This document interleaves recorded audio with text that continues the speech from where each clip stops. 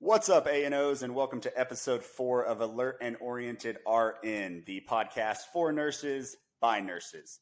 Of course, I am Luke, one of your hosts, and I'm joined by one of my best friends and colleagues, Tori. Tori, say hi to the people. Hello, everyone, and welcome back to another episode of Alert and Oriented RN. And I also just want to say shout out to all you non-nurses out there, whether you're an aspiring nurse going through nursing school or if you're a loved one of a nurse, because we had some people giving us some feedback who are not in the medical field. We did, yeah, and I mean, and on a bigger note, we actually have people. We actually do We have people that listen, that responded, that gave us feedback, that shared their thoughts, shared what touched them, what helped them, what they didn't like. So I think this is actually a thing. Like I think it's a podcast. Just you and me. No, it's not just us talking into a microphone. People are listening, and that's awesome. So thank you guys. Thank you to everybody who's listening. Continue to spread it out there. Share it with anybody that you know, whether it's a nurse, non-nurse, any other medical profession that you think may benefit from it or just like to listen to us talk. It means the world to us. And again, we don't want this to take off for notoriety. We want it to take off so that it hopefully helps people, whether they're trying to become nurses, are nurses, talk about things people don't want to talk about, but have fun. And so that's our mission. Yeah.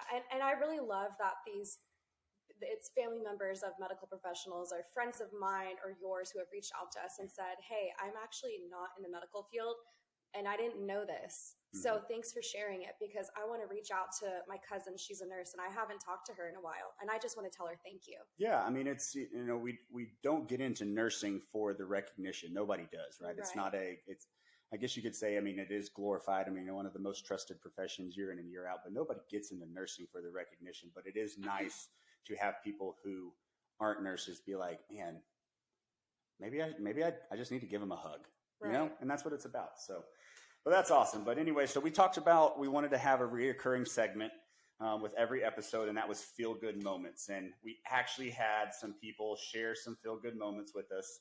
But before we go into those, of course, we're going to start with ours. So Tori, what's your feel good moment? So my feel good moment for this episode hit me really, really hard. I was very emotional when I read this. It was feedback that I got from a fellow nurse, a novice nurse, and she wrote in to our Instagram. She slid in the DMs and she said, I sent your podcast to a nurse at work who is struggling. She said, you might have just saved me tonight, friend. So this is in regards to our mental health episode. Mm-hmm. That she was episode 2. If you haven't listened, go check it out. And so she goes on to say, we had a coworker in the last 2 years commit suicide. His picture hangs in our break room. I've been a nurse for 7 months. She works in the ER. She says that she's been hit hard with the reality check. I did not sign up for having a urinal thrown at me, a monitor ripped off the wall, thrown at me, pictures taken of my ass by patients, which happens. Unfortunately. Accused of being, she was also accused of pushing a patient's daughter. She said, just to name a few. She goes, thank you for creating this platform. I know it's going to go far. That is a feel-good moment. Right in the feels. So shout out to that person for writing having the courage to share with their friend. We're all going through it. I mean, everybody's experience is different, but, it's cool to think that maybe just a little bit of us, potentially helped her because she doesn't feel alone anymore. And that's what it's about. So, what an awesome feel-good moment. Oh, it was amazing. Woo! Love it. What about you, Luke? What's your feel-good moment this week? My feel-good moment is the recognition that this platform that we have created is doing what we set out. I touched on it. It's not for recognition. I could care less about fame and fortune. I just want people to know what we go through. I want other people in this profession to know they're not alone. And if I and you have to be the voice of it, then that's what we're going to do. But at the same time, we also, again, I love the fact that people are just flipping it on. in their car on the way to work, on the way home from work, or just at home because they're like, oh, I know these people. Let's just listen to what they have to say. And then next thing they know, they tell me, is like, I was just planning on kind of listening to see what it was about. And I couldn't turn it off. I listened to the whole hour, and it's like, that's awesome. That's amazing. That's amazing. So that keeps me going. That keeps me wanting to do this, work this into my crazy schedule of life right now, because I think I'm making a difference, and I hope that I am. So that's my feel good moment. Yes. But yeah, and then so again, want to share other people's to encourage people to write in. So email us, DM us your feel good moments. They don't have to be necessarily that week. Just send them when they happen. We want to share them. The first one comes from a former colleague of mine who moved off to go back home and start working. She still works in the pediatric oncology world, and her feel-good moment is they had a massive bell ringing after a long admission. And so we touched on it if you listen to episode 3, September Pediatric Cancer Awareness Month. Ringing the bell is the signal that you have completed treatment, that you are done. So it's huge, and to be able to ring it in the month of September is it's even bigger. So super awesome feel-good moment. And then we have another one, a new nurse that works not directly with us, but he works in our same facility. Fairly new nurse, just started there. And he writes in, getting that first hard IV stick. Yes. And I think every nurse, phlebotomist, anybody, they just know how good that feels, especially if maybe, and I mean, not that anybody's better, but if you come in after a couple people haven't been able to get it and you nail it, like, all right. Yeah. So that's an awesome feel-good moment. I didn't choose the IV God life, and it chose No, and me. that's a perfect time to take a few seconds to just kind of, like those meme videos we see where you just kind of walk out to the song, boss, boss, because you're walking you're out boss. of that room like that, taking off the gloves, exactly, throwing them over in the trash can. It's awesome. See you later. Let me know if you need anything else as you leave. That's the best. So awesome feel-good moments, guys. Keep them coming. We love hearing them because, again, we know things are crazy, but we also know there are a lot of good things to celebrate, and we want to push that out for everybody. But so let's get into the episode. I think a certain person named Lady Gaga best said this in one of her songs about this topic, and she calls it a bad romance. Ooh. Because you love to hate it, but you hate that you love it. And that's nursing school. Everybody out there knows exactly what we're talking about when we quote Lady Gaga and say it's a bad romance. It is a bad romance. You know why? Because you love the material that you're learning, but they just shove it down your throat and they're like, here's this, this, this, this, and this. It's like rapid fire. Yeah, and I've heard people say it's literally, it's medical school in half the time. Exactly. Now, I'm not saying we're doctors, but I mean, the expectations and things that you learn in nursing school are quite similar, if not almost identical in half the time. But when you get done, you don't have, residency fellowship and stuff like that. But all in all, can't do our jobs without each other. But yeah, nursing school is, it's like that water slide when you're a child at the water park where you're like, I don't think I want to go down it. Finally get brave enough to do it. And you're so excited.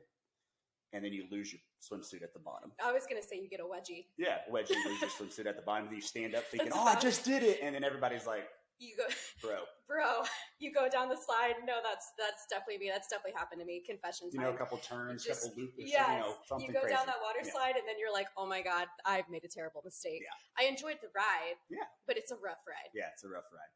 And so I think back in episode 1, we kind of touched on it. Me and Tori went to nursing school together. That's how we met. Hit it off pretty quickly. Of course, we already shared a little bit about that story. Became friends instantly, study partners with a group of friends and everything like that. But what we didn't share about it was a certain aspect of nursing school that I want Tori to kind of open up and share about, because I believe it's extremely relatable to a lot of people, and even people currently in nursing school now that may either be going through something similar or afraid that it might happen to them. So Tori, if I'm going to turn it over to you and let you kind of share it. Go for it. Okay. So everyone's story is different. Everyone's nursing journey is different. And we touched on that a little bit in episode 1. Why did you get into nursing? Everyone's story is different. And that's what I love so much about this profession, is everyone pursues it for different reasons. If you didn't tune into episode 1, go back, listen to it, because Luke and I discussed how we're both second degree seeking students. So we already had a bachelor's degree. before we went into the nursing profession, went into nursing school. So when I first started nursing school, I was like, I already have a degree from the greatest university in the world, Texas A&M, Gig'em Aggies. So I was just thinking to myself, I got this. This is a cakewalk for me. I did very well in my undergrad. I graduated with like a 3.8 GPA. And I was like, I got this. I never really had to study that much. So that goes for high school and college. I really didn't study very hard. I was very lucky that in a sense, so I was a pretty decent test taker, all that stuff. I retained information very, very well when I would read it, photographic memory. So I was very lucky in that aspect. Nursing school is an entirely different monster. And if you're struggling with it, whether it's to get accepted into nursing school or you're having a really rough time into nursing school, I can relate to you because I have a major confession that nobody really knows about, and it's really embarrassing and hard for me to talk about. So if I get a little emotional, you know, it's just a huge part of my life that I was ashamed of for a very long time. And I just now recently am grateful for this. But I failed my first semester of nursing school. And I didn't get to graduate with my best friends. I didn't get to graduate with Luke. And I saw all of them move on to the next level while I was still back in level 1. And so I had failed a course with passing was a 75 and above. I got a 74.46 in this course. And it was pretty much like a pharmacokinetics kind of pathophys sort of course. We talked about like medications and things like that. Very important course. And I remember when all of my classmates were going out and celebrating, and I was at home in tears, embarrassed, because I knew that I was not moving on with my friends. And I knew that I was questioning everything. Was this the right decision? Did I make the right decision going to nursing school? I spent a lot of time demeaning myself and thinking that I was just incompetent. And it's embarrassing. But I will tell you that it is probably the best thing that ever happened to me. Do tell. Why? Because, I mean, anybody listening would be like, how is this the best thing that ever happened to her? She didn't move on with her best friends. She watched them celebrate, went home and cried. And which you didn't touch on, but you still at that point had no idea if they were going to allow you to repeat it, because you had to go before a committee and kind of, hey, this is why I didn't do well. This is what I think I could have done better, or, you know, took lightly, or other things going on in your life that affected this. Essentially plead your case. And if they liked it enough, they let you repeat the course and move on with the next. And that's 100% it. Was you had to go forth and explain to like the higher adjuncts that were like the director and stuff of the nursing program, the professor of the class who you didn't pass. And you have to say, this is why I didn't pass it. This is why you need to essentially let me back in the program, because at first they have the authority to kick you out of the program. So I had to go in during Christmas break, and I believe it was maybe like 2 weeks before Christmas, and go in and just plead my case as to why I should belong back in the program, why I will pass this course the next time, and where I went wrong. And I think it's very important that I was real with myself and I was honest with myself. I did not put forth the work that I should have the first semester of nursing school. Like I said before, I'm a pretty naturally smart person. I can hear things once or twice and I understand it very well. Nursing school is an entirely different monster. And if you're struggling, you're not alone. Trust me. So a time that should have been celebratory, Christmas break, should have passed my first semester of nursing school, I spent it, thinking about where I went wrong and how I could come back from it. Because I thought to myself, you're not going to get anywhere by being sad and being upset and being alone. but you will get somewhere and you will be the best nurse possible if you put forth the work and effort into this profession. Mm-hmm. So I would say that it was the best thing that ever happened to me because it humbled me so much. Yeah, that will knock you on the seat of your pants there. Yeah. I was incredibly humbled, and I realized, wow, I need to put forth the work into mm-hmm. this job. It's going to be something that I'm going to have to work out for the rest of my life, even when I pass NCLEX and all that stuff. But I will say that what helped me was I learned what my learning style was. Mm-hmm. And I think that's a huge aspect of learning that I didn't even know existed. I had no idea that I was a visual and tactile learner. And so figuring out my learning style early, figuring out how to effectively take notes, and really spending the time to put in the work to learn the material is what humbled me and makes me a good nurse today. Yeah. No, I think that's, one, thanks for sharing that. Obviously I knew the story. We've been friends for a really long time, and I was there, and it crushed me too, because I don't think, and maybe it was just because, being the only guy in our group of friends and really one of three guys in our nursing class, maybe it was the fact that it just wasn't something that was, we had our friends that were girls that you were more close with in that aspect. And so it wasn't necessarily, I guess, shared with me because it was embarrassed, but I felt like they knew, but I didn't necessarily know. And maybe it was a little bit of my own, ignorance and stuff too, just kind of focusing on finishing the semester. But I honestly, until it happened, I don't think I really knew that something was going on, or I would have tried to make a more effort to help you or something, or what can I do to help you, gain knowledge or study, or what can we do to kind of move on together? Because that's what it's about, right? Is you want to move on together. You want to help everybody. Yes, you have to worry about yourself, but at the same time, you're going to get into the profession, and it's never going to be just you. If you think it's just you when you get into the profession to start working, you will drown, you will burn out, and just unsafe things will happen. You need your teammates. Mm-hmm. And so it was crazy, because then at the same time I felt like, man, I think I could have done more. But it's nice to hear you say it humbled you, because that's the thing is it's almost like it lit a fire under you to know that this was actually a passion of yours, not just something you thought was cool and you wanted to do it as a job. It lit a fire because you were mad that you can't move on and continue learning at the same rate that everybody else that you started school with. But yeah, it takes a lot to come out and to admit that, to share something like that, Tori. So I commend you for doing that.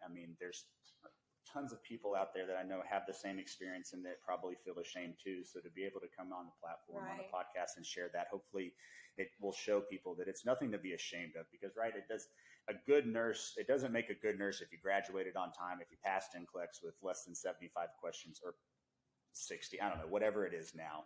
That doesn't define a good nurse. A good nurse is somebody who cares about what they do. They care about their patients, and they put forth the effort to become the best nurse possible. Now, whether that's, getting through nursing school and then continuing to learn and everything of that nature. So it takes a lot to share, and I really appreciate that. And so you touched on it. A big thing for you was that you found out that there was learning styles. And I think it's even more imperative for a lot of nursing students to figure that out, because like we touched on in one of our episodes, it's the youngest profession in the medical field. And what we mean by that is you don't have to already have that bachelor's degree to get in there. So it's not a postgraduate degree. Now, we were bachelor's students that already completed one degree and came in, but we didn't have to have that to get into nursing school. That was just our pathway. And so you have these students that, are only 2.5 years into college. They only kind of took prerequisite classes, same thing, maybe the same way that me and you got by, just naturally smart, kind of figured things out or something like that.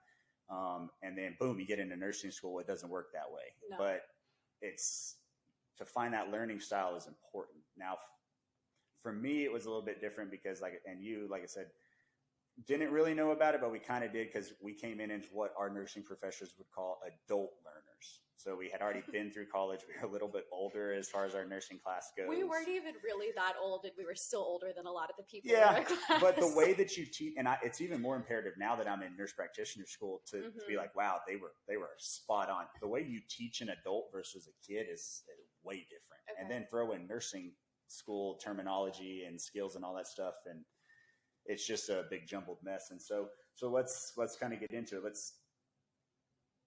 What kind of tips other than learning style would you want to share with current nursing students or people thinking about getting into nursing school that helped you overcome your first semester struggle and then move into this incredible ICU nurse that stands before us today?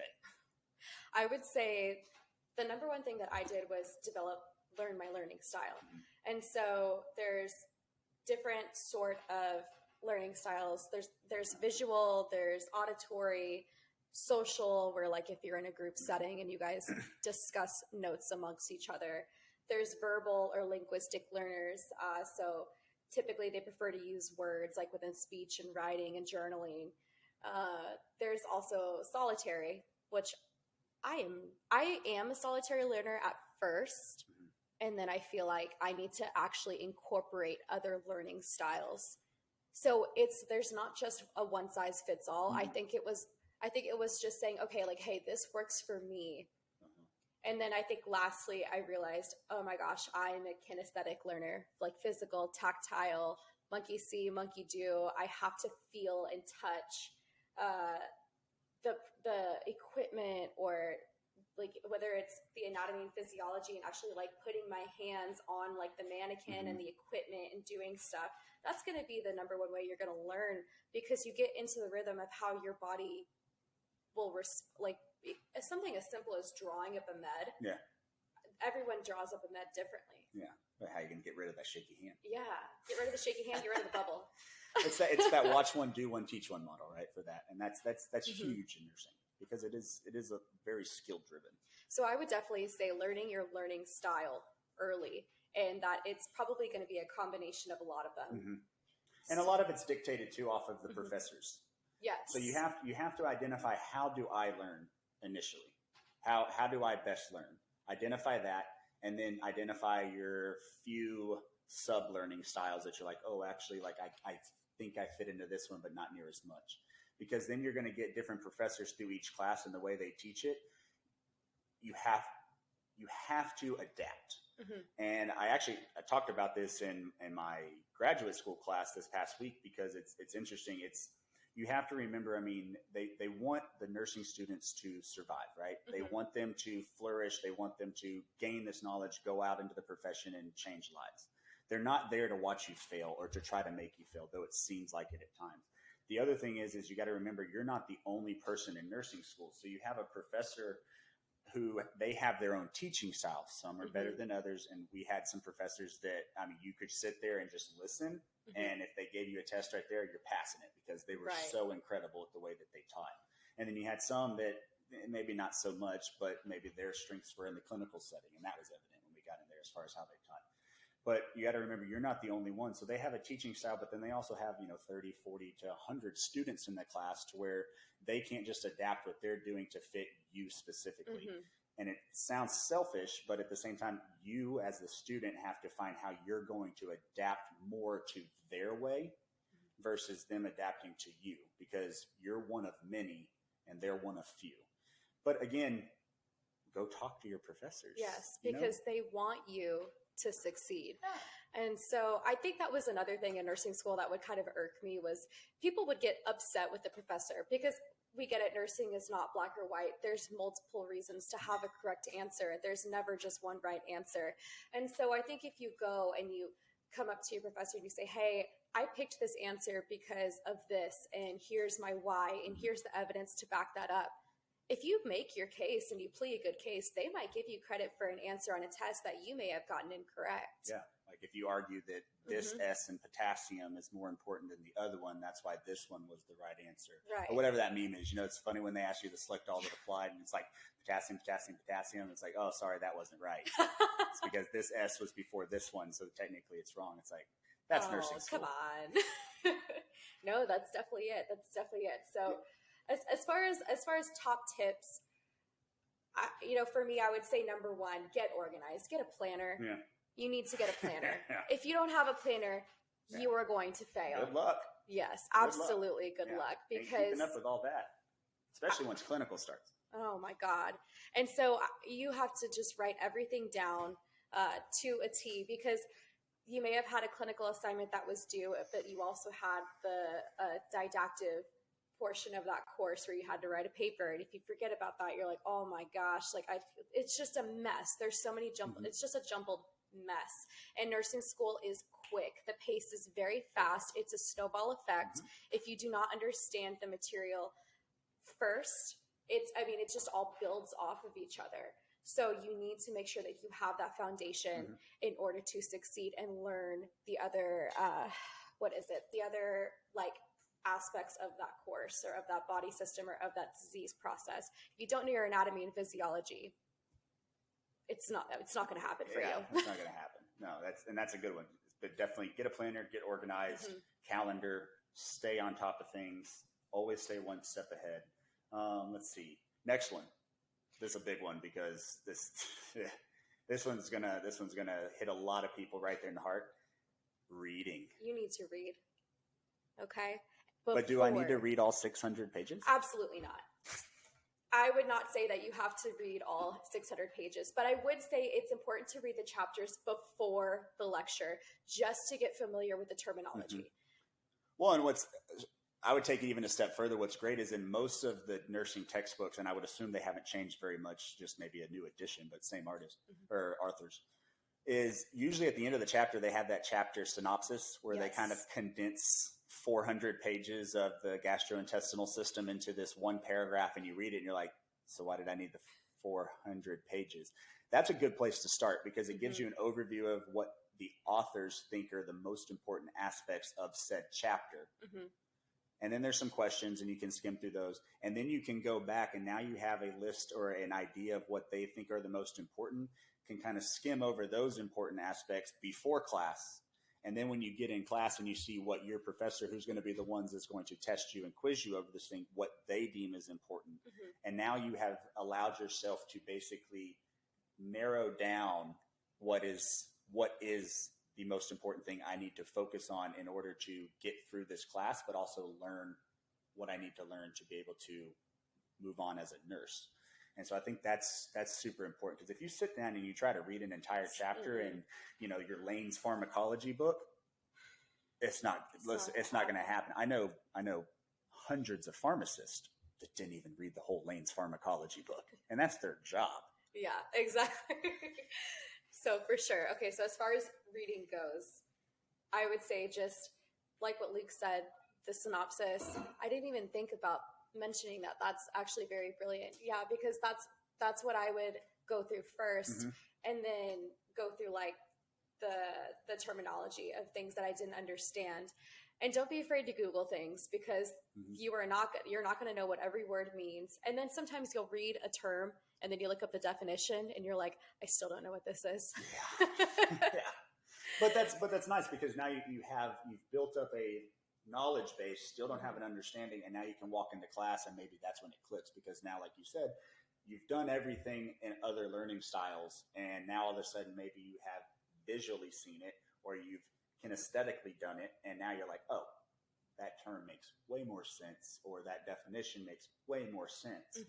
So that's what I kind of mean about being adaptable to other learning styles. Like, you're not going to get through nursing school without reading. I hate to break it to you. If you have no reading learning style or of that nature or anything like that, or like if you sit down and read and you get through, because I find myself doing it too. I'll get through an entire page and be like, damn, I just read the words. I don't even really remember. I don't think I'd have retained any of that. You have to find a way to overcome that because there's so much on those pages that is going to become important, but trying to find out what is the most important is important because I promise you all 10,000 words in the 400 pages is not. It's just not. And most of the time, nursing school is going to, what's most important is what they're going to teach because that's either A, what you see the most in healthcare, or those are the most common diagnoses, the most common presentations most physiologies of that nature.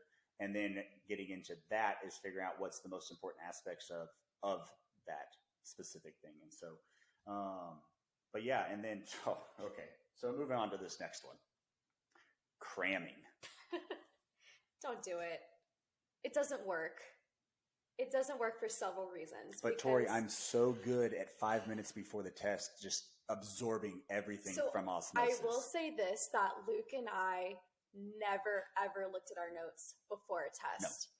No. Don't do it. There was a time that I remember Luke was singing the new Justin Bieber album before a test. Yeah, what's up, JB? Shout out. And it doesn't work because you're learning. You need to do long-term memory to be a nurse. You are not just cramming to pass a test. It's not just to shove the material down your throat. You're trying to save someone's life. So you need to study with a purpose of, okay, this is why I'm doing this.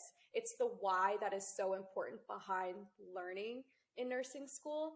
It's not just memorizing the term. Yeah, and all it's going to do is just stress you out. You're already stressed that you're rolling into a test. Yeah, I have no idea what's going to be on it. I don't know this professor. I mean, how many times have we said that?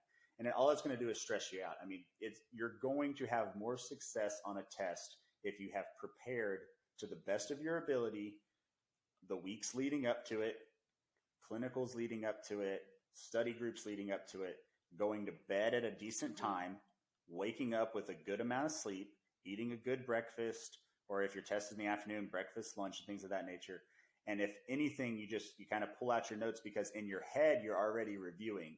And if you kind of hit is that you're pulling out your notes to just reinforce what's already in your head. If you're trying to read your notes to put more in your head, you're not going to be successful. No, it's just not going to work. You're going to go into the test. You're going to read a question that you know the answer to and completely choose the wrong one because you're going to second guess yourself. Right. No. That's the other thing.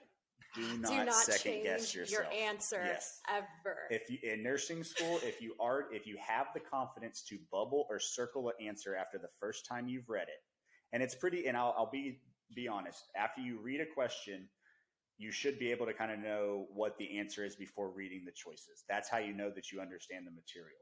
And then you're going to see another answer. It's like, ooh, it could be this one. If you get to that point and you already answered it before you read that one could be the answer, it's probably not. Don't second guess it, especially if you've already bubbled or circled. Do not go back and erase it. You can star it and leave it blank and go back at the end if you have time, and then maybe after the second time you read it, that's how it's going to go. If you do not know the answer to a question on a test, when you come up on that question, immediately skip it. Yeah. Star move on it to the big. next one. There was a test that I went through one time in my OB class. I think it was a 75 question exam, and I want to say that I had starred 30 of them. And I was like, I don't know the answer to it immediately. Yeah. I'm not going to stress out about it. I just put a big star and I just went to the next one. Well, answer the questions that you do already know because all that's going to take you a matter of seconds in the scheme of things, right? Because if you read it, boom, I know the answer. Just go ahead. And now all of a sudden you can go back and spend more time because the thing is testing is also designed to help you with NCLEX, right? It is time. There's a maximum amount of questions that you have, and there's a minimum amount that you can answer. And when you hit that based off of your projection, the test shuts off. But if you're sitting there and you're taking a couple minutes on every question, you're just not going to. And your confidence is going to go down in yourself, and you're going to start second guessing yourself on every single question. So that was something for me, a learning style that I didn't consider before. Was if I didn't know the answer to a question on a test, I just started and skipped it immediately, and I came back to it and I realized, oh, this is what it is.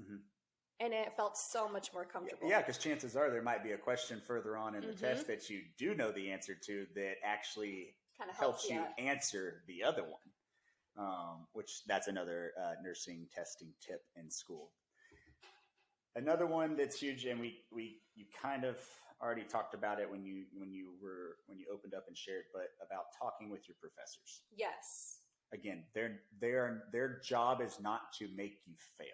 Their job is to challenge you and to push you to almost the brink of breaking, because that's what the profession is going to do. But they're not there for you to fail. They're not trying to make you fail. But also, if you don't ever go talk to them and let them know what's going on or where your challenges are or how your thought process thought processes were for said assignment, test, or whatever, they can't help you, and you can't help yourself. If you think about it, it is a nurse teacher who is teaching you. Nurses are the most selfless, caring people that I know. And then you combine that with the teacher, who was also the most patient and determined person.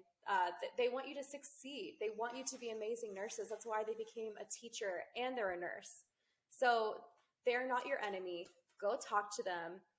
Be friends with them. Let them know, hey, this is what's going on in my life. And that's another thing too, is life happens. So this program that you're going through is very rigorous, especially some of you second degree accelerated students. It's quick, this program. And so you're flying through it. And I mean, it doesn't mean that life stops. Everyone has a personal life, and there's things that come up all the time. So if you're going through something in your personal life and it's hindering your performance in school, go talk to your professor. Yeah. They will work something out. Yes. If you sit there and you crash and burn, they're going to think, well, Tori's just not interested in this. Yeah. But really, I could have had something traumatic go on in my personal life.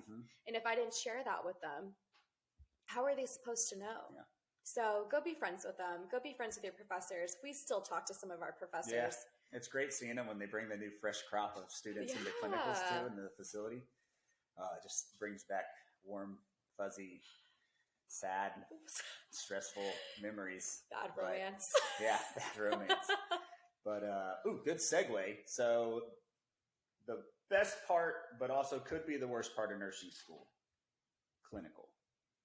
This is where you take what you've learned in the classroom or that you've heard about for so long, and now you're going to physically do it or see it, or maybe not. True. So I think that you need to be taking chances when you go to clinical. Yes. I think I explained. Not with people's lives, though. No, with your skills. Be confident in your skills. It's very nerve-wracking when you go and you're on a unit that, first off, you're in a hospital. You're there. You're all excited. You have your little clipboard. You're there ready for a report.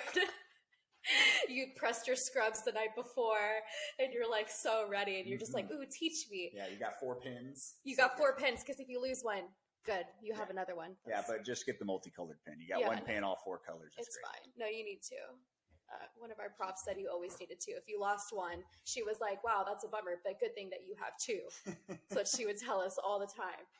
So I would say that clinical, you guys need to be taking chances, okay? Because that's when you might develop that's when you develop your skills and your confidence. And you may actually say, hey, I didn't think I wanted to be an L&D nurse, but this is badass. Yeah. I'm doing some cool stuff. Yeah. Look at this nurse. This nurse is amazing. This nurse is touching lives, saving lives, holding little babies. I want to be an L&D nurse. Hell yeah. So that's when I think that you guys really need to be taking your chances to do skills and show that you're interested, even if it's, something that you didn't think that you would be interested in. You never know. It's only going to make you better. I mean, so what I would say is you get out of clinical what you want out of clinical. Right. If you want 8 hours to 12 hours to just go by and you go home, then just sit over in a corner and stare at, the EMR, the medical record, and get your information that you need for said clinical assignment and just sit there. If you want to actually see what a day in the life of a nurse looks like, learn some things, do some things, see some things, or, the biggest thing, just learning how to talk to patients. Don't sit down. Sit down when your nurse sits down, because she or he is maybe charting, and that's a good time to ask questions. But clinical, you get out of clinical what you want out of clinical. And I've had students, and I've seen students where you can almost tell that they just, I don't want to say they don't want to be there. I hope that's not the case, because if so, the rest of nursing school, and then if you do get out of nursing school, and the profession is going to hit you like a sack of potatoes. But it's almost like, maybe they're scared, or they're a little timid, or, and we touched on it too, you didn't get assigned with the best nurse for the day to be a student. but at the same time too, go speak up, find the charge nurse, find your instructor and be like, hey, like they're ignoring me. And that's what I wish that I would have done when I had my ED rotation that I talked about in episode 1 was I wish that I would have texted my professor and said, because the charge nurse had already, he was the reason why I crashed and burned. Mm-hmm. Let's be real. So going to him would have been essentially useless for me. But had I texted my professor and I said, hey, I'm not able to do anything. I'm not getting anything out of this 8-hour experience. Mm-hmm. I remember saying I pulled out my textbook and I started reading. I wish I would have never done that. Yeah. I wish I would have texted my professor and said, can you please come talk to the charge nurse, have him put me with a different nurse, or you know what, can I just float to a different unit altogether? Because I didn't get anything out of that day. And that was the one day that I had in the ED. Yeah. Yeah, so, I mean, maybe changed your career path as far as nursing goes. Exactly. I mean, everything happens for a reason. So I'm very, very happy to be in the pediatric intensive care unit. I'm obsessed with it. I love it. But another thing that I would say too is, as a nursing student, and I don't know the best way to say this, but as a nursing student, no job is beneath you. And what I mean by that is, it's not low man on the totem pole. You get thrown into the slums for your clinical rotation. But sometimes there's just days where there's just not a lot going on. It does happen. I mean, as much as people say that there are some days where it's just, you just happen to be there when there are no dressing changes. There's not a whole lot of like different types of meds to pass or certain assessments on certain patients that would be interesting because you're going to see, abnormal, assessment findings. Those are the days where sometimes if there's a CNA, becoming friends with them is the best because especially if their responsibilities are like getting vitals, taking patients, in and out of bed or helping with other baths, stuff. Ambulating. That's where you potentially, if you get a good one, you'll learn how to be quick in taking vitals or quick to get certain things. But also a lot of the CNAs can teach you just how to interact with the patient. Right. Which is so important because if you can't talk to people, especially patients who are at their most vulnerable, right? Nobody's in the hospital and they're living their best life. I hate to break it to you. The hospital is not the Marriott. They're having the worst. They're having the worst day of their life, and they're vulnerable. They're some of them, are naked or they're wearing a gown with their backside exposed. It's not a happy place, and so the way that you communicate, talk to them, hear their story. Will make you a better nurse moving forward. But it also will only build on itself, right? Because typically in clinical, you're going to start in more lower acuity areas because you don't know anything. And they're not going to throw you into the ICU rotation 1 because you haven't even learned what, the cardiac system is. So you ain't going to the ICU. But by the time you get to the ICU, if you already know how to talk with patients, maybe patients' families, just hear the person behind the illness. I guarantee you when you get into these more intense, critical, higher acuity areas, and maybe the patient can't talk, it will make you better because the little bit that they maybe can communicate with, you'll be able to get what you need out of it to drastically change that day. But also it'll make you better at talking to colleagues too. Right. Which is super important because if your nurse doesn't have a whole lot going on, seek out other opportunities. Hey, like, do you know of any other things that are going on that like we can kind of schedule around and I can pop in there and see, like if you happen to be a student that gets floated to my floor, well, my patients might not necessarily have a central line dressing change or port access that day or any of these skills that you're typically only going to see there, which are cool to see and even attempt. Because if I'm there, I mean, I will let you attempt certain things because how else are you ever going to do it? But that doesn't mean that somebody else doesn't. I mean, there's a bunch of other patients and things happen. So, I mean, I will push you to certain things. The other thing that's huge about clinical is go in with a plan. Have goals, but have realistic goals. If one of your goals is IV starts, but you're going to a inpatient rehab unit, I hate to break it to you. Probably not going to happen.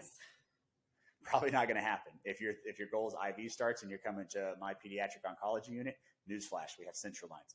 You're not going to start IVs. Be realistic with your goals and your plan for the day. And be straightforward with them as soon as you sit down with your nurse. Let them know that, hey, this is what I hope to accomplish. First rotation is already scary. Good goals to have for first rotation, especially if you're on, say, a med search floor. I want to hear what abnormal lung sounds and heart sounds are if your patients have them. If not, do you know of ones that do? Because I've never heard them before. But then I also want to hear what normal ones are. I want to see Mm-hmm. how you assess. What do you prioritize at certain times, and why do you prioritize it? Mm-hmm. Because what happens in nursing is if you allow yourself to have a good rotation, you're going to build what I call a data bank of things that you liked and didn't like. And so now all of a sudden, when you go out to practice, you have created your own nursing personality. You've taken what you liked, you got rid of what you didn't like. Now you're trying to test it out and mold it and make it better. And then maybe just try all new things together, create your own identity. Right. And if you take parts of the nurse who you are shadowing from the day, like, hey, I like the way that this nurse organized her day. I like the way that this nurse did her assessment skills. I like the way that this nurse, he did that IV. I like the way that he dressed the IV. Take a little piece from every single person. And I love what Luke said, where he says, go in with realistic goals. If you're going to be floating to the ED that day, you're going to be doing a ton of skills. And you better tell your nurse, hey, I'm interested in the ED. I want to do everything. Let me do everything, please. And they will be more than happy. I mean, if you are shadowing them and you show that you are willing and able, they're going to be so excited because this is what they do for a living. So if they see that you're interested in that, they're like, hell yeah, let's go. Like, I'm so ready and willing to teach you because I like teaching people. I want to show people and tell people things that I didn't know when I was a student or when I was a novice nurse, because that's how you can develop those critical thinking skills as well. That makes a great nurse. That this is how I'm going to prioritize my day. I have my plan. I know that I need to give these meds. We have these procedures to do at this time. And so just seeing how another professional organizes their day can completely impact you and change the way that you practice as a nurse. Yeah, and I think, to kind of wrap it all up as far as it goes, it's okay to be scared. It's okay to be nervous.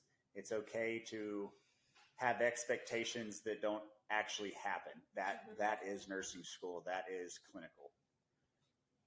But not allowing yourself to be adaptable, to be moldable, to go with the flow at times is only going to hinder your learning experience and make it, I don't want to say miserable, to make it not enjoyable. Again, nursing school and clinicals, you get out what you put in. You hear it all the time. Nursing school is so hard. I mean, I opened the podcast by literally quoting Lady Gaga saying it was a bad romance. And it is. It literally is that. But at the same time, when you look back at it, if you put in the effort and you got out what you wanted out of it, it actually, when you get as far out of nursing school as Tori and I have, you look back and you're like, I'm glad I did it. Right.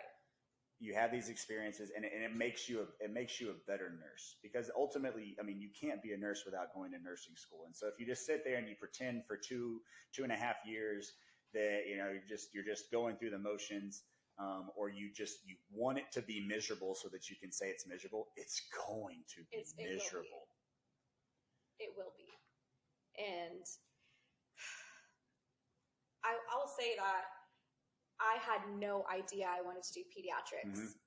I did not want to do pediatrics. I remember when I was at the Future Aggie Nurses meeting, they were like, okay, so who here is interested in doing peds? And I was like, not me.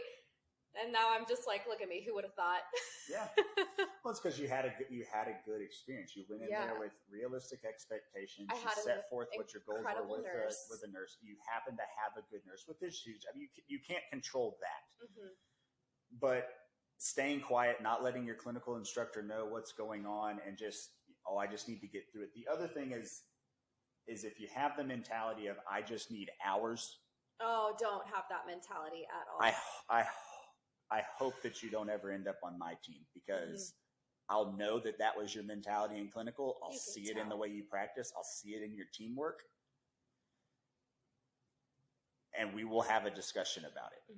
Now, I adamantly was open in other episodes about not, nurses eating their young. That's not me. I'm not saying I'm going to just devour you, but we're going to have a talk, because that is going to hinder one of the children on my unit. Right. And their success, their safety, the family's safety. because if you just go into clinical, I just need to get through it. That's not the right mentality, and maybe you do need to reflect and figure out what's going on. Why is that my mentality? Okay, maybe this isn't for me. But that's few and far between, because I think a lot of people are always excited about clinical. You finally get to go do something. It's the best part. It is of nursing school. It is the best part. And what's always great is, like I said, and I talk about learning to talk with your patients, because some of the best experiences I had in clinical is when I just talked with the patient. They knew I was a nursing student, why I wanted to do this, and I got to share my story too.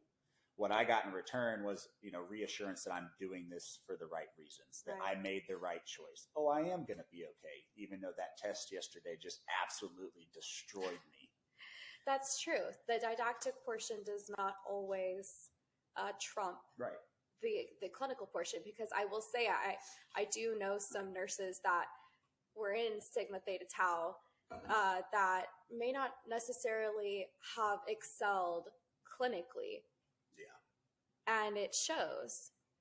Something that one of our professors told us that still sticks with me to this day is, when you go to clinical, one, like Luke said, you're not too good for any job.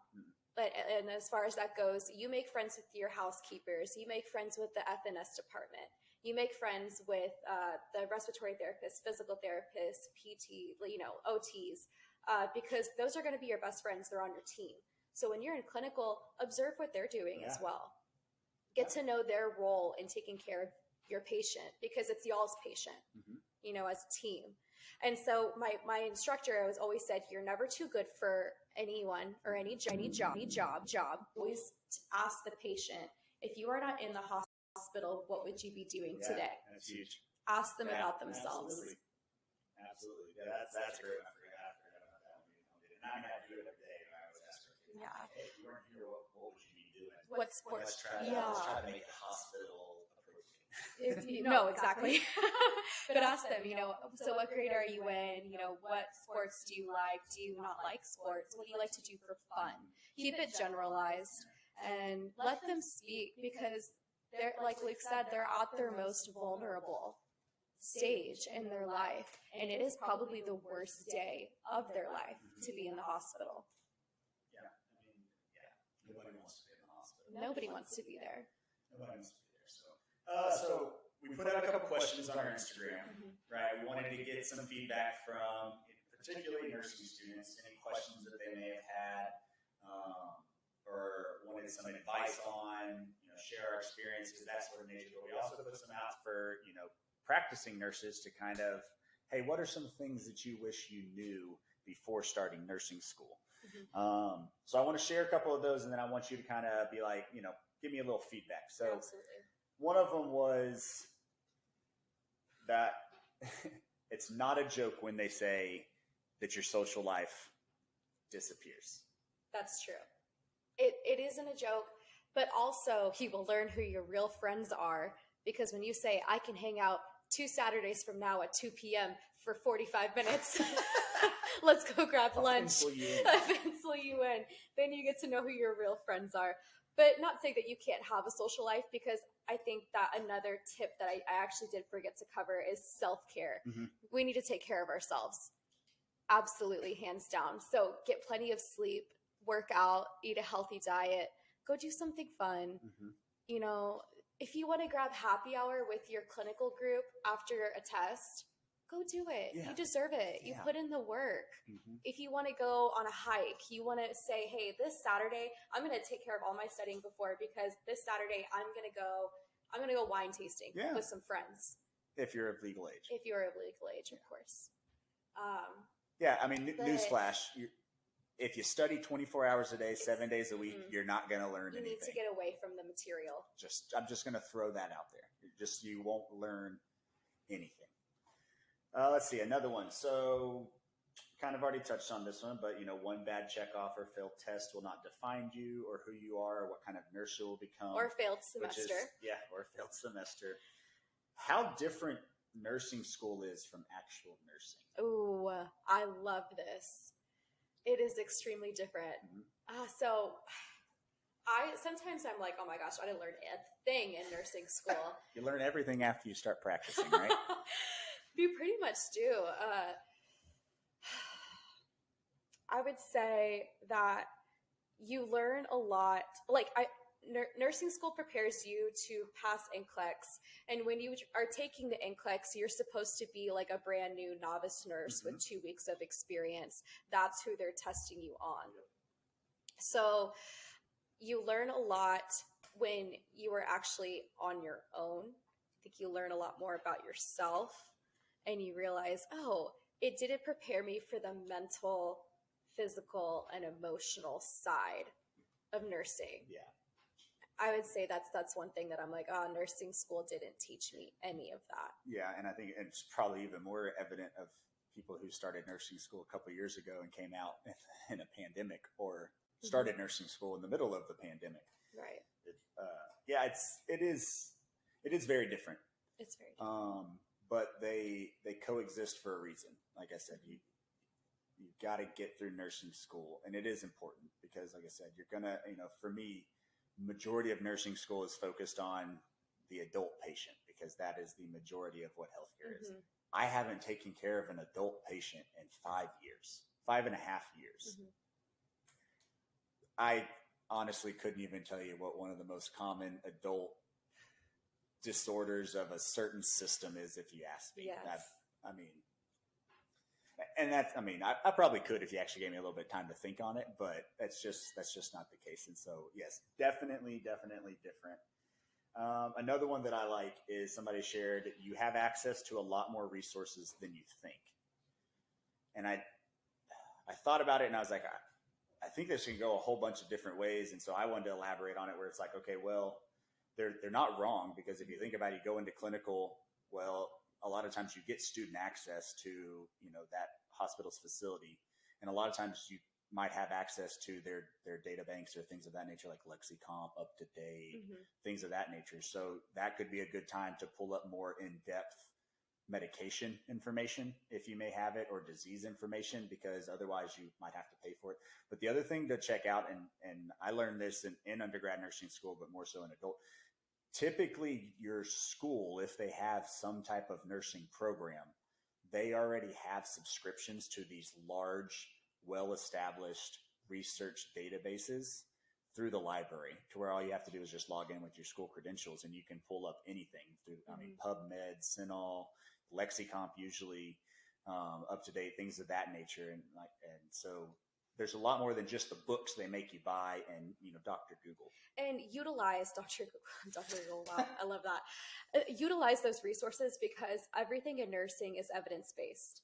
You are going to hear that over and over and over again, that we want to be using evidence-based practice while we take care of our patients.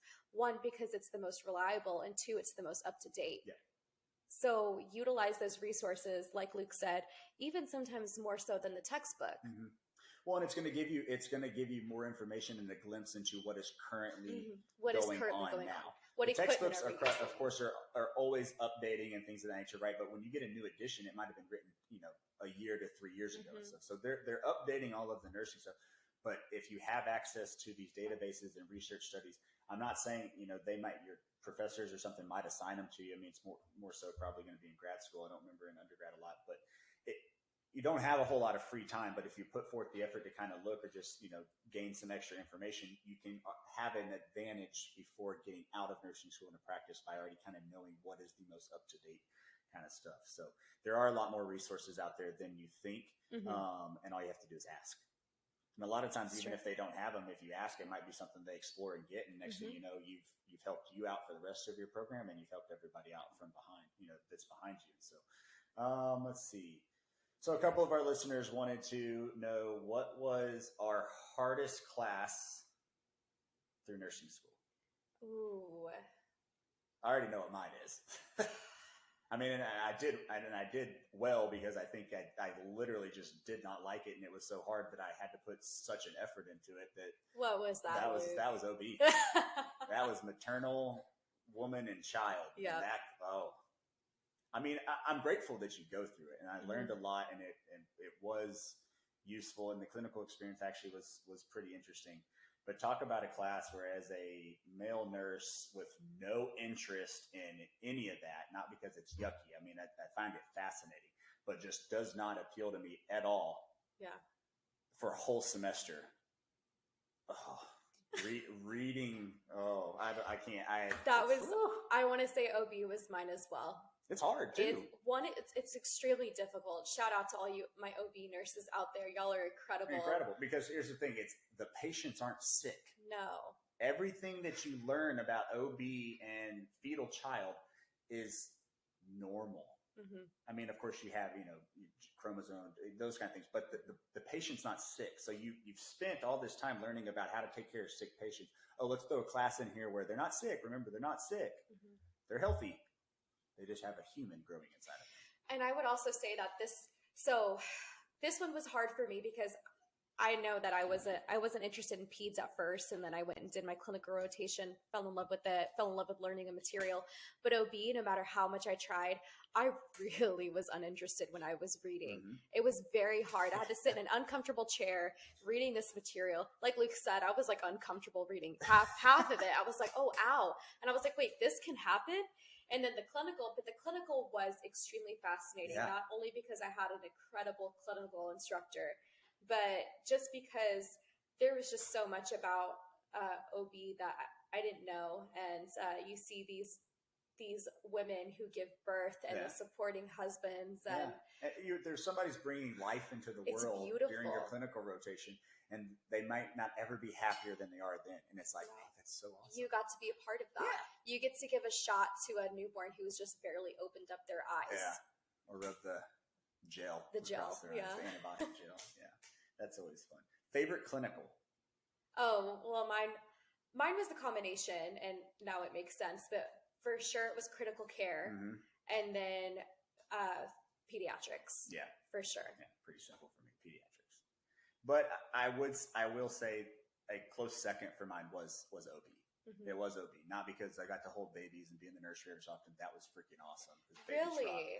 Yeah, so because why was it one of your favorites? Because I didn't want to do it. Uh-huh. And at the end of it, I got to sit there and was like, oh man, I'm glad I had to do this. Yeah.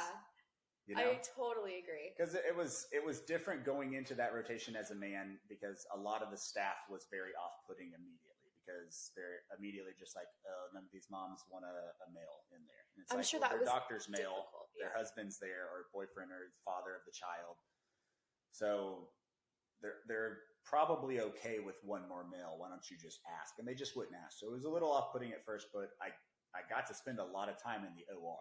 Okay. And those nurses were awesome, because it was basically like, oh, and it was a little later in our program, so we had already been checked off, verified, and had been able to do a whole lot of stuff. What can you do? Well, I'm a senior. I can do anything that you'll let me do. Sweet. That's an extra set of hands. And so I got to do things in that area that I wouldn't have gotten to do very often in certain other areas, and in my current practice, that now I'm not great at them, but if I had to do it again, I do have an actual knowledge of said skill or things of that nature to do it. But it was just fun, because it changed.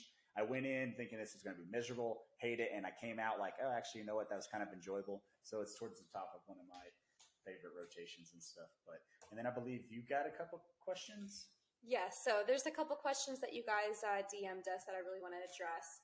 So this comes from a nursing student. She asked, what are y'all's pet peeves about students or stuff that you knew when first going through clinicals? So we kind of touched on stuff that we wish we would have known. Yeah.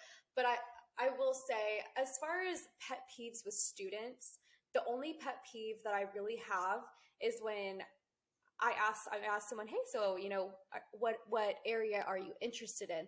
Do you think you'd be interested in pediatrics? And the first thing they say is, no, I don't like kids at all. Yeah. And I'm like, okay, I am the youngest of my family. I think I talked about this in the first episode. I pretty much made it through my entire clinical without ever changing a diaper. Like, very lucky there. But, and then I work night shift. If you fall asleep, I will tell your professor that you were sleeping. Yeah. That is complete disrespect to the patient. Yeah. It's disrespectful to me. It's disrespectful to the profession to see a medical professional put their head down and close their eyes. You are taking care of somebody. Yeah. If you're tired, get an energy drink and walk around. Yeah. Go seek out something to do, because there's always learning to be done. Yeah. There's always things to be done. Say, hey, I'm getting kind of tired. Hey, what are some tips that you have for that? Yeah.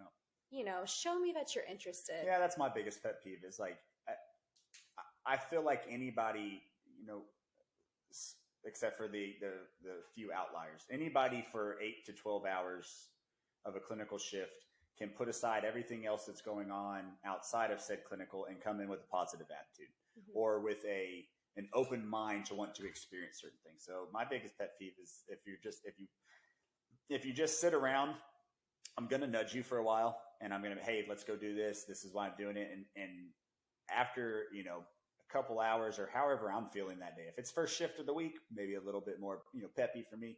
If it's towards the later half and it's just like, okay, I just got to get my stuff done, make sure my patients are safe, and I'm just going to have a good day with them. Mm-hmm. If I've nudged you a couple times and we're a few hours into this and you're just not receptive, that's fine. Just sit there, because when your instructor rolls around or when they come to ask, I'll tell them. Mm-hmm. I'll be, you know, hey, I tried to nudge them. I had all of this today that they could have witnessed or experienced, or I would have even let them do.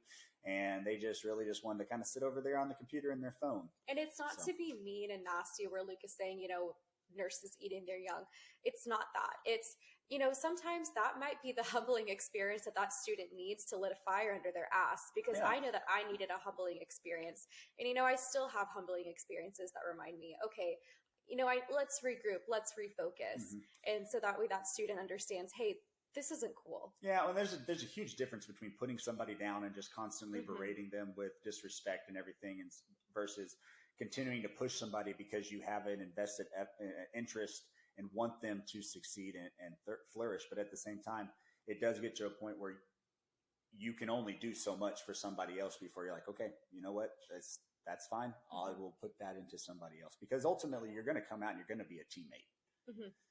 You know, whether directly, indirectly, or anything like that, you're going to join this profession to where your effort, your ability, your knowledge, and your skills will affect everybody else and their ability to do their job. So, yeah, that's a great question. That's a great question. I will say, and it's scary being a nursing student. It's so scary, y'all. So we get it. And honestly, I think it helps break the awkward. It helps make things not awkward, because you're put into so many awkward situations when you're a nursing student, because the teacher, well, I don't know how it is for most other programs, but the teacher does not go and hold your hand and walk you to the unit. No. They say, hey, you're going to 3 Tower today, and you're going to go find a nurse, and you're going to take their assignment and then implement your plan of care on that patient. So you walk in, you're like, hey, I'm a nurse. And you're just there and you're like, standing up against the wall. Well, I know, standing up against the wall, you're just like, oh, please teach me something. So, you know, always ask the charge. Be like, hey, you know, I'm very interested in this. Can you please put me with a nurse who would be okay with having a student? Yeah. If you have an issue, like we mentioned before, talk to your professor, text them, say, hey, I'm not getting a good experience from this. Can you please, you know, put me somewhere else, or can I be with another nurse? Mm-hmm. Things like that, you know. So always take advantage of your clinical time. Very much so. Yeah, because you only get so many clinicals. You only get so many clinicals, and you want to get the most out of it that you can. So let's see here. What is the best thing that we can do when we start clinical to help? So as far as like a nursing student coming in and saying, hey, I want to help, I would say just be straight up with your nurse. Yeah, I think we touched on it, that having realistic goals for the area that you're going to. Most of the time you already have an idea of what area you're going to for that clinical, because it coincides with the class that you're taking. I know, you know, if you're just in your adult 1 course or whatever, you know, is your adult 1 course for your program. It kind of depends, because they can only take so many students on a med surg floor. So you might be in an adult oncology unit or step down ICU, things of that nature. And so you have to adapt your goals and stuff like that. But coming in and having established goals, and even if you think, you know, you're like, oh, I'm not sure about this one, but I'm going to ask it. And then that nurse can help adapt and be like, oh, that's not something that you're probably going to get a whole lot of here. Right. But this is something we do a lot of that you're not going to see elsewhere. And they adapt that goal. So, I mean, positive attitude, come in with certain goals and expectations, and just don't sit around. Yeah. Like I said, no job is beneath a nursing student, because you'd be surprised at how much you'll learn in a day if you end up just kind of doing a lot of vital signs, talking with your patients. Because that's the other thing is you can go in, introduce yourself to your assigned patients that you have with that nurse for the day, and just be like, hey, I'm a nursing student. Do you mind if after they assess you, I kind of hold back and I just take a listen to your heart and lungs and your abdomen and stuff of that nature? Because I just want to get comfortable doing it. And I mean, most of the time the patients, they hear you and it goes right out the other ear because, exactly. they have no idea. All they heard was you're a nurse. Oh, you're going to be doing something. Yeah. That's pretty much like, all right, cool, whatever. But also, I mean, people throw behind the fact of taking your own vitals. Cause if you have a good CNA and they knock out your vitals, that's amazing. But you also have to remember you're responsible for reviewing said vitals and either repeating them if they're not there. So as a nursing student, if you have that ability to go in, then you also get quick with it so that if you do work in an area where you don't have CNAs and you are responsible for your own vitals or staffing for that day is down, you're not spending 30 minutes taking a blood pressure.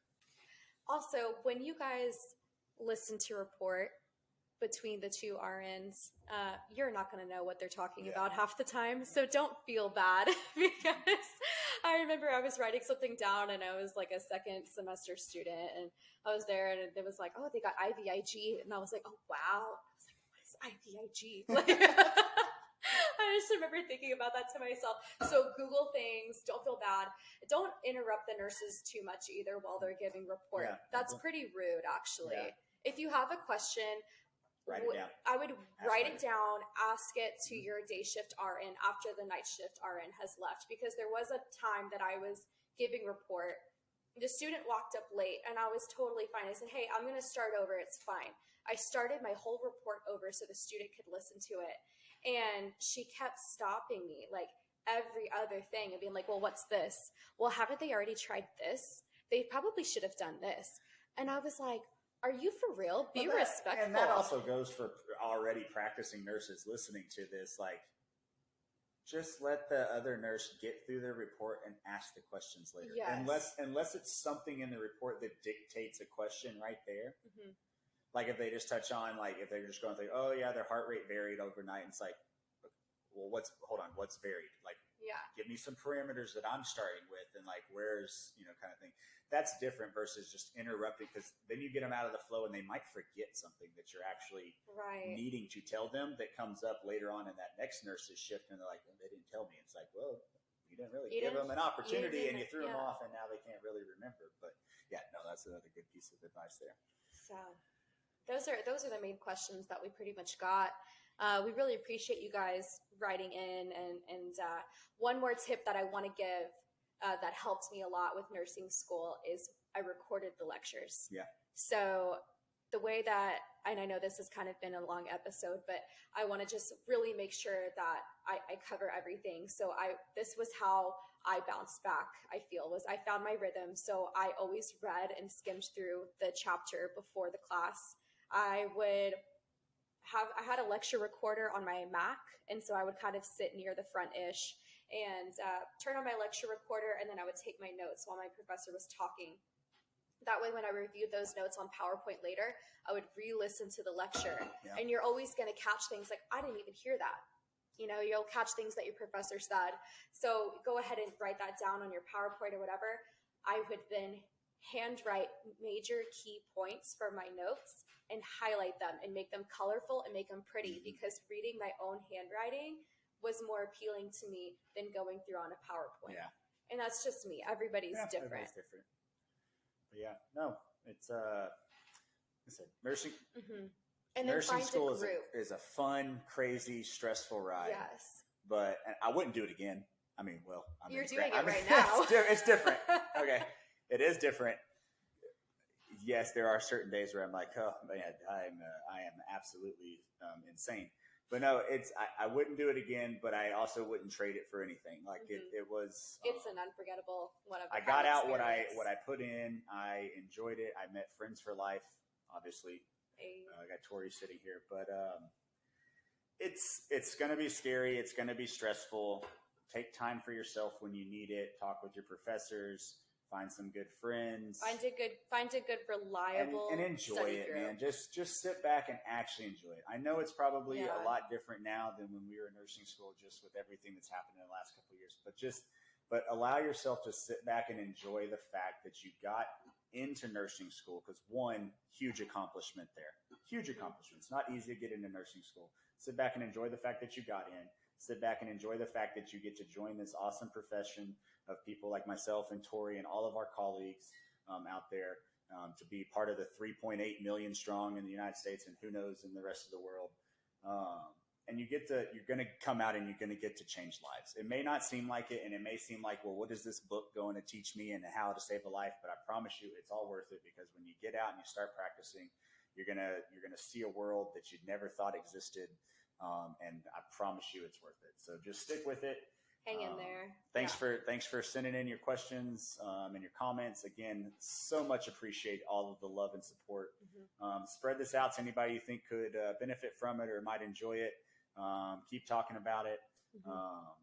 When this episode drops, if you guys have any more questions or you guys want to clarify anything that we talked about, find us an email, alert-oriented, is it alert-oriented RN? Yep, at gmail.com. At gmail.com. I was like, what is our email again? Or just slide in our DMs. We love it. So ask away, ask the questions. If you guys have something that you want us to address, y'all have a feel-good moment you want to drop, let us know. And please continue to go gold this September.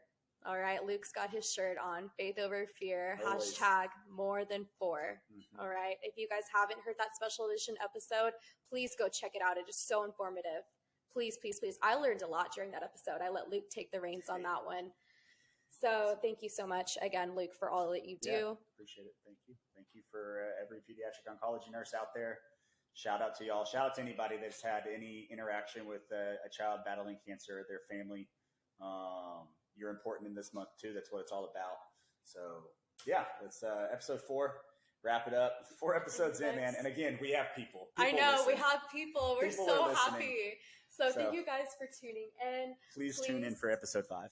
Yes, tune in for episode And also send us some suggestions. If there's certain topics you want to hear about or you want to just hear our take on it, send it in. We'll do an episode about it. I mean, we have a set agenda, things that we definitely want to discuss, but at the same time, we also want to be relevant to the masses. So if you want to hear our opinion on certain things or to cover certain topics, hit us up.